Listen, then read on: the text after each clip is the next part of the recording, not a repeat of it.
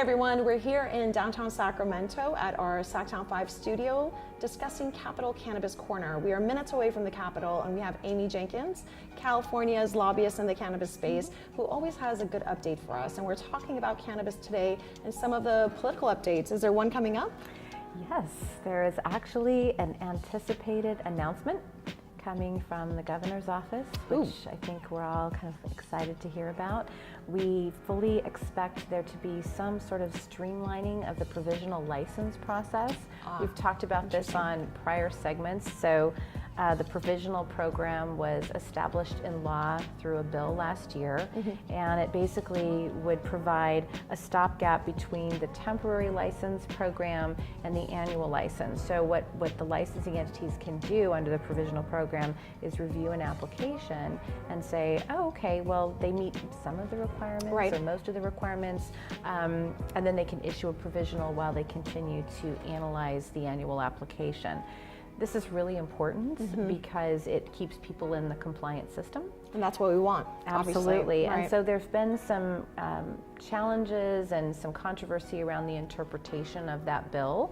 And so I think what is expected is an announcement that basically says the provisional program is going to be streamlined in a manner that ensures that we get as many licenses out as possible. Okay, so one of the things that I'm really excited about this year, and you and I have talked about, you've been in the space of cannabis, you've been dealing with politics and governors and government for some time, and as a lobbyist in the space, you've seen other governors and their perception of cannabis, right? And now that it's obviously legalized and so forth, we have a governor who's been, he has a lot of agenda items. Everything from housing, and there's so much on his plate, healthcare.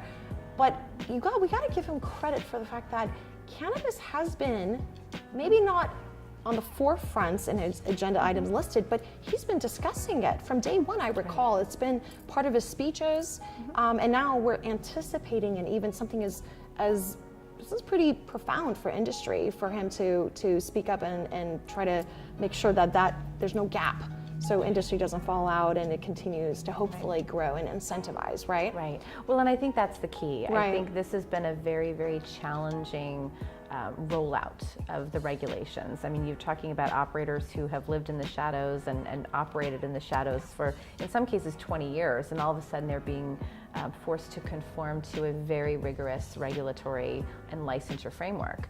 And the governor has been very committed to ensuring that that is going to work. He has said in prior communications, both in press conferences and in written form, that this is going to be a multi-year process.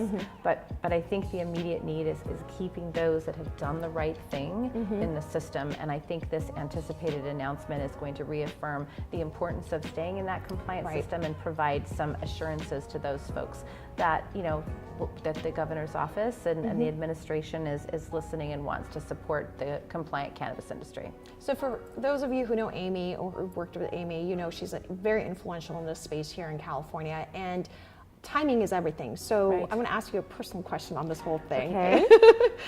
You must, I'm not going to speak for you, but I'm assuming you must be thrilled with the timing of, obviously, cannabis being legalized in California and having a progressive governor like Gavin Newsom at the helm.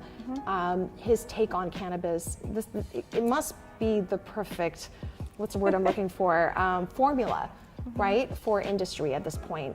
Could you have imagined a much more progressive governor who sees the importance of this? Well, I think absolutely. We are all, thrilled as industry to have the Newsom administration in place, and I think he's made a lot of progress. He's appointed, a cannabis czar, if you will, to really oversee the cannabis industry as part of the GoBiz, Governor's Office of Business and Economic Development. That says a lot within itself. Internally.